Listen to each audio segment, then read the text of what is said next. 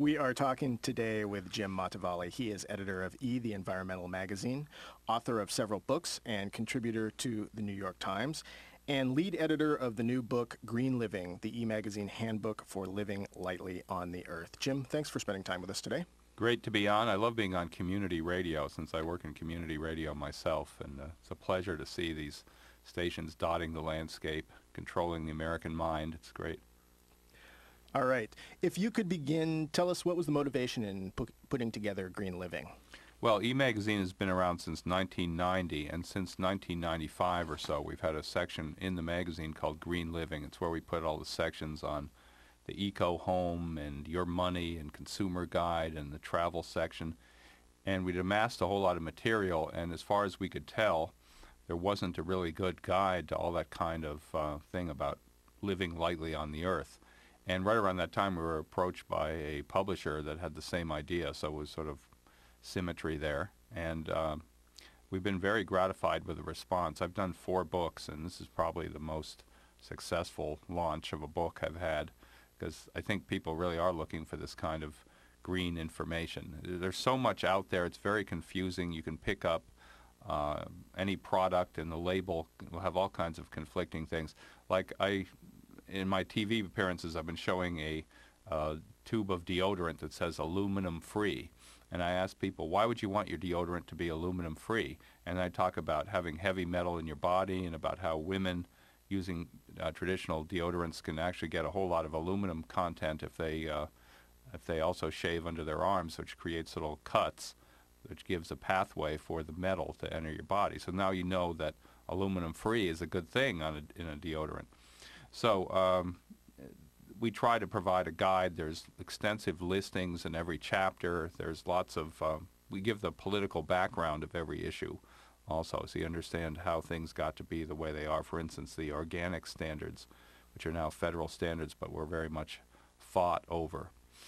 So we found all the categories that we thought would interest people and would have the most try to give people some sort of priority in what you can do that helps you live lightly on the earth, because we are 5% of the Earth's population. We use 30% of its resources. We produce a quarter of the world's global warming gas. So anything we can do to lighten that, I think, is appreciated. And 85% of Americans self-identify as environmentalists. So because of that, for most of those people, it just means they take out the recycling bin. So we want to get people a little bit more conscious of what they do on the earth and how they impact the earth, and that's sort of the genesis of the book. I'm wondering if we can cover some specifics in several different areas and maybe focus on the basics, the core things that people really need to deal with to survive. And I have labeled those as food, shelter, and clothing. So maybe we could start with the area of food. You mentioned organic, and I know that in terms of market share, that has been steadily growing over the years. It grows 25% a year if you look at the natural foods market as a whole. And that has given rise to the natural foods chains like Whole Foods Market and Wild Oats and Trader Joe's. Those have taken off incredibly. And I think the result of that, one of the fallouts from that, is that there's now organic produce, organic milk, cage-free eggs, and things like that in every supermarket. Certainly, I would think in the Washington area in Seattle, any supermarket's going to have organic milk.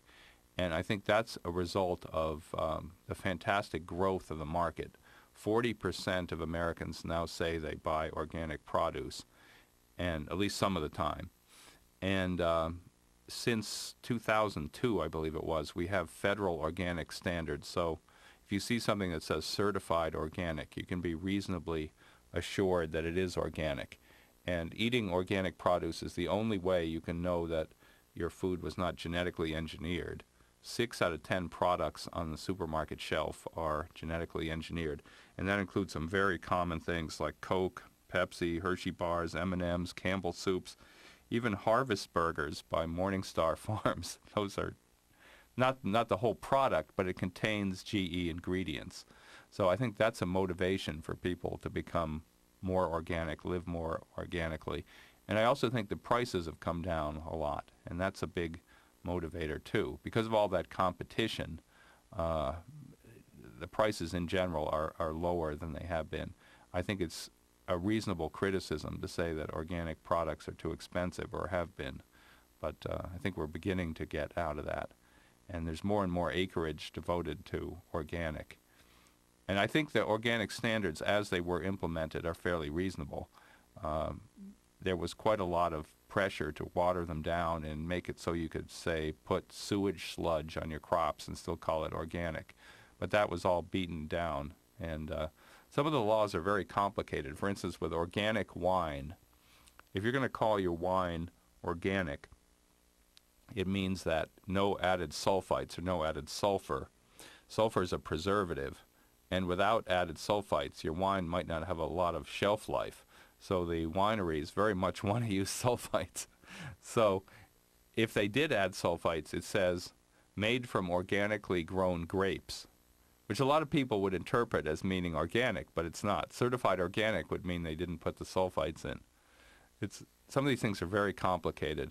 And we try to help people sort these things out and understand what they mean, and we give lots of resources, as I said. So does the certified organic labeling, does that come from a government oversight body? Yes, Department of Agriculture. And assuming that they follow their own rules, something you can't always trust in the Bush administration, because they're notorious for not following their own rules, but assuming they do, anything certified organic is pretty trustworthy. All right. Talk a bit about shelter, and I think that would, of course, primarily focus on people's homes where they live. What are the types of things that people can do at that level to impact the planet? Well, I think people should be aware that indoor air is 2 to 5 times worse than outdoor air. We all worry about air pollution, which is something we definitely should worry about, but indoor air is something people very rarely give a thought to. Now, when you buy a new car, you've often been exposed to what's called new car smell. That's the same process that goes on in your home. It's off-gassing of volatile organic compounds, or VOCs. And that can aggravate allergies, it can make people sick, it has carcinogenic implications, because what's off-gassing is the plastic in furniture, carpeting can off-gas a lot, glues, definitely, which have formaldehyde and all kinds of other things, those off-gas a lot. And in a way, it's sort of contradictory, because as a way to make your house more energy efficient, we often tell people to seal it up as tightly as possible.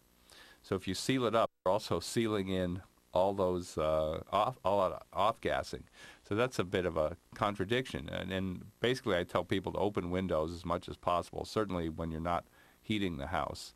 I know heating isn't as big an issue in Seattle as it is for us on the East Coast. You don't worry about it too much. I was surprised to find, I was staying at my cousin's house, I was surprised to find that it's completely uninsulated, and that's the norm here. So I guess you don't have to worry too much about that kind of energy savings.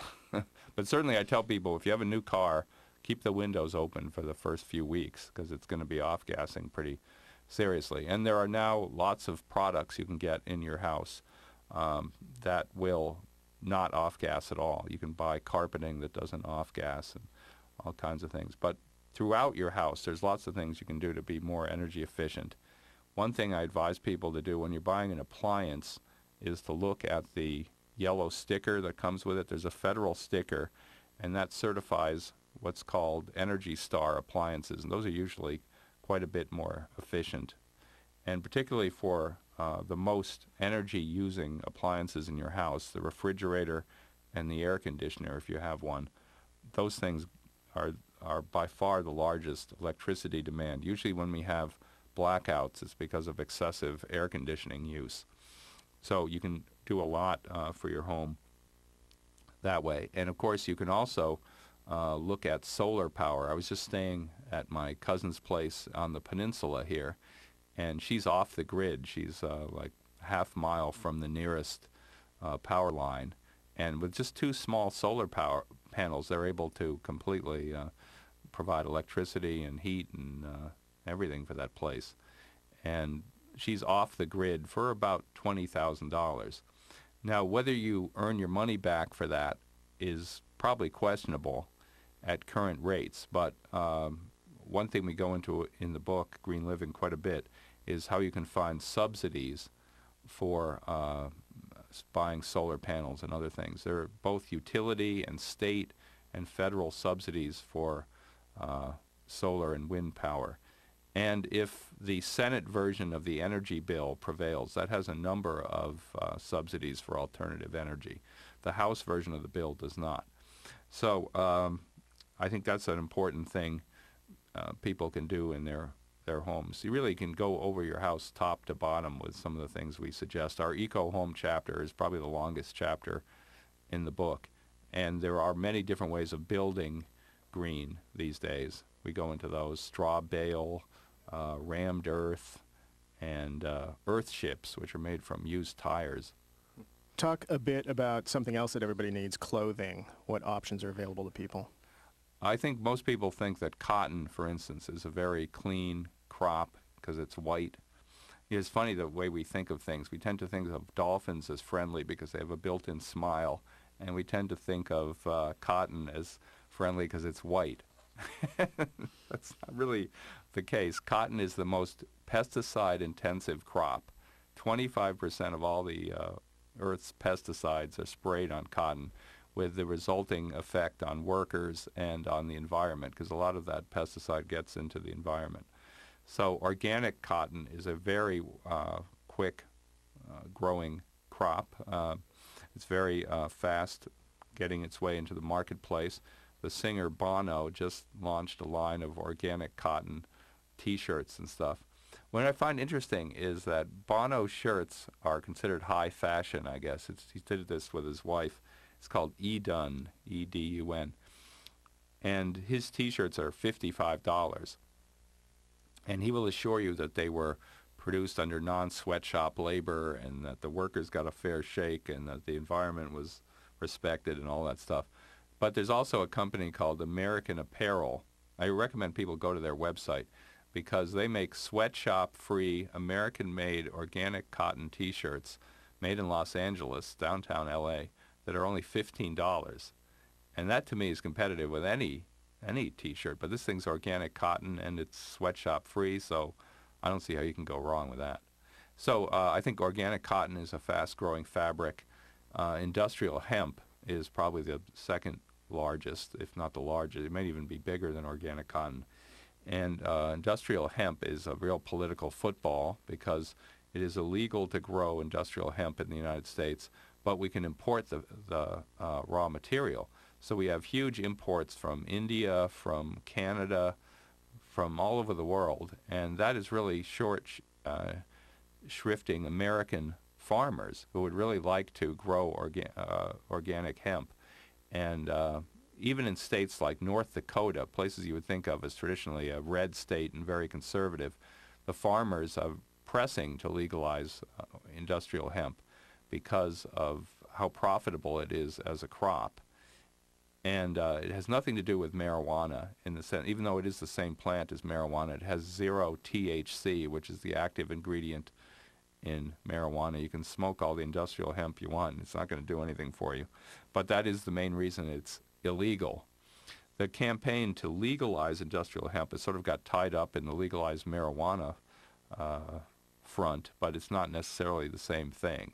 And we all know that hemp is a very versatile, long fiber, and that's why it makes good rope and why it was used in World War II, and there was a Hemp for Victory campaign.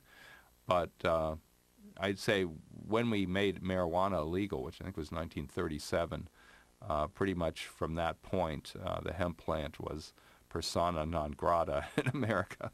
So there's tons of hemp there. There's tons of hemp entrepreneurs selling industrial hemp clothing, and it's E Magazine, half of our advertising is hemp clothiers, but they have to import all the fabric. Sort of an odd thing. The sweatshop issue is a very big concern, however, and people may remember that Kathy Lee Gifford was caught up in this sweatshop thing because it was determined that her clothes were made in, I think, a sweatshop in China. And that is where most commercial American clothes is produced. So those issues are very much at the forefront, I would say. So would that be labeling that's in addition to the organic that people would find on products like hemp? Yeah, I would make a parallel to coffee, for instance. To be politically correct, coffee really needs to be triple certified, which means it's organic, fair traded, which means sweatshop free, and in coffee's case, it also needs to be bird friendly, which means it was grown under canopy trees as opposed to full sun production. So with clothes, you want the same issues. You want it to be organic and you want it to be fair traded, meaning that it was produced under decent conditions. And to me, if American Apparel can make a T-shirt for $15, and it's as environmentally correct and as politically correct as it is, I think anyone should be able to do that. All right. The other categories that I was hoping we could touch upon were transportation, energy, and then money and the economy.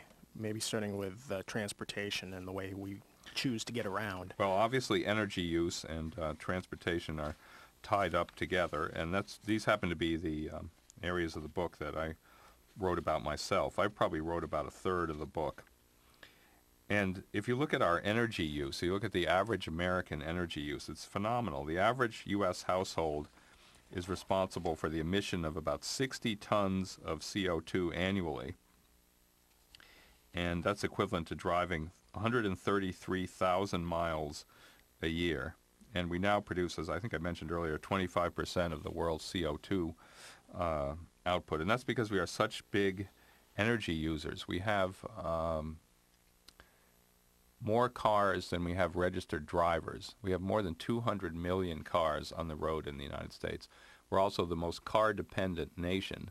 That means we use cars way more than anyone else. Our impact on the earth compared to the average Mexican person or Haitian or African person is we're maybe 150 times more impact, largely because of our car dependence. And one thing we do in the Green Living book is give people a guide to hybrid cars. And I think that hybrids right now are probably the best bet for people. I also discuss biodiesel, and that's probably a big concern here in Seattle. I notice in some of the alternative weekly classified ads, if they're selling a diesel, it says, biodiesel ready. I like that. I'm sure you can get biodiesel fuel here, and I'm sure there's makers of that. That's a popular grassroots technology at this point. I don't think that biodiesel is ever going to be a huge part of the energy mix in America. It might be 5-10% at most. I think hybrids are very important. If you were to buy, say, a Toyota Prius, that's the best of both worlds because it's both very fuel efficient, which means that it doesn't produce a lot of global warming gas, and it's also very low emissions. Let me just talk about this a little bit because I think it's important for Washington consumers to know. Washington is now a California emissions state, which means it follows California emissions. That means that the car makers are going to have to send what we call partial zero emission vehicles will be available at the dealerships in Washington, all over the state, Seattle, everywhere. And partial zero emission vehicles are 90% cleaner out of the tailpipe than the average 2004 car. So, and they only cost about $100 or $200 more. It's an absolute no-brainer. They are not more fuel efficient than average cars. And these are Honda Accords, Toyota Camrys. They're not distinctive models. And you may not know it's a PZEV except from a tiny little window sticker. But consumers really should ask for this when they go to their dealer. Demand that their car be a PZEV because the car makers are not advertising this. And I find that even very knowledgeable environmental audiences have no idea. Even if they know all about biodiesels, all about hybrids, they've never heard of PZEVs. PZEVs are not hybrids, but hybrids are PZEVs. I know I've lost the whole audience now. But for instance, the Toyota Prius that I mentioned before is also a PZEV. So it's probably the best car for the environment because it's very fuel efficient and it's also a PZEV. So I would also ask, I think people should look more closely at the Honda Civic Hybrid. It's somewhat been overshadowed by the Toyota Prius, and the Toyota Prius is the it car at the moment, so people wait 6 months to a year, but you get most of the same environmental benefits from the Toyota Civic Hybrid, and it just isn't as flashy looking. The great thing about the Prius, I've decided, is that everyone knows you're doing something for the environment when you're driving one of those. The Honda Civic Hybrid just looks like a Honda Civic, so it's not much visual identification there. I think it's great, by the way, that Seattle is finally building light rail, and I've been reading about the boondoggle over the monorail. I don't know if that's ever going to get built here, and maybe that's destined never to happen. Maybe you don't need two different transit systems, but I'm sure that a lot of people in Seattle look to the south at Portland, which is like the textbook case of how to do public transit properly. And I think it's one of the one areas that Seattle is lagging behind Portland is getting public transit up and working. And I know you've got a lot of gridlock here. Portland still has a lot of gridlock, so anything you can do to reduce it. If people are wondering what's the most car-free city in America, it may surprise people to learn it's New York City by about 1 million miles. New York has 50% non-car ownership, and nowhere else in America is that even close. You definitely do not want to own a car in New York. But in every other city, it's still pretty cost-effective to own a car. And we have a long way to go to reach the transit friendliness of a country, of a continent like Europe, where I was amazed. I was in Copenhagen, Denmark, and 50% of all commuters ride their bikes into work. So when you see the streets, they're just thronged with bicycle users. And I was just in Sweden, in Västerås, Sweden, and they have a network of bike trails in that town that just go everywhere, into all the buildings. They go right into the buildings, and they even have traffic lights. And on snow days, they're the first thing cleared before the roads are cleared. When you see this, you almost despair of living in America because of how far ahead of us they are. But we persevere. Talk a bit about the rethinking that we need to do as citizens to really implement these changes, because a lot of these products we're looking at, we're dealing with concepts of recycling, where you could also look at the idea of reuse instead. I mean, recycling where you're basically totally remelting a can down to be used again as a can, versus what I can still remember as a kid when they had bottles. Those weren't necessarily going back to be melted into new bottles. They were just being cleaned out and reused as bottles. Yeah, it's a funny thing, but back home in Connecticut, I actually have a soda company that delivers, and it's one of those old line businesses. They come in 7-ounce bottles, and they refill them. They make it locally. And that's the way soda used to be made in America.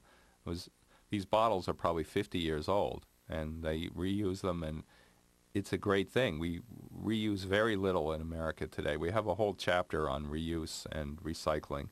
We try to explain to people, for instance, what the recycling symbols on the bottom of plastic bottles mean, because people don't necessarily know. There's numbers from 1 to 7, and in most cases only number 1 and 2 are recyclable. Depends on your system. A lot of recycling systems will not accept bottles where the neck is as wide as the bottom, and that confuses a lot of people. It means you can't recycle yogurt containers, for instance, even though it's stamped 1 or 2 plastic. It does seem to me that Seattle has very wide encompassing recycling. You take most forms of paper and plastic, and also food waste, if I'm not mistaken. Mm-hmm. That's very advanced. And I recently was visiting Switzerland, and in Switzerland they collect food waste and they produce 2 products from it. One is a compost, and the other is a gas. There's actually, during the fermentation process, you get like a methane type gas, which normally would be a heavy global warming gas. It's actually worse than CO2. But they capture that and then use that as car fuel. So that to me is so environmentally great. They're doing almost exactly the same thing in Switzerland, but instead of using food scraps, they're just capturing methane off of landfills and using that. So when you look at these things, you just have to sort of bow down to the level of eco-correctness they have. But I think most people don't understand recycling all that well. As I mentioned earlier, it is the thing that Americans do the most. It's the one environmental activity most people do. But what is recycled is varies very widely. And as a whole, we are recycling less than we ever did. This is confusing a little bit because the industry deliberately confuses it. The amount of material that is recycled goes up every year. The percentage of material that is recycled goes down because we create more junk every year. For instance, the amount of PET plastic bottles that are recycled has dropped from 39.7% in 1995 to 20% in 2002. So it's actually going down. The same thing is true for aluminum cans, which in 2002 reached less than half of them are recycled. And it's the lowest rate since 1980. So we're actually producing way more landfill waste in terms of stuff that can be recycled. I would totally blame the beverage industry for this. There are front groups like Keep America Beautiful, which most people think of as an anti-littering group. Its symbol is the crying Indian, that everybody's heard of. And all of the money for Keep America Beautiful comes from the beverage industry, and their main purpose is to thwart bottle bills.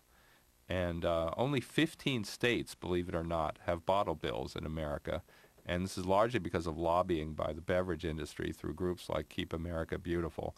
And in states that have bottle bills, which I think includes Washington, if I'm not mistaken, the recycling rates are much, much higher. In countries like New Zealand, they're striving for zero waste or nil to landfill. That to me is an incredible goal. They're not nearly there yet, but just putting that on the table is a radical thing. Some American cities have that. Berkeley, California, for instance. And I think Berkeley probably has a recycling rate overall of about 60%, which is very high. Well, I want to thank you for spending time with us today. Thank you. We have just been speaking with Jim Motavalli. He is editor at E, the environmental magazine, author of several books, contributor to the New York Times, and lead editor of the new book, Green Living, the E Magazine Handbook for Living Lightly on the Earth.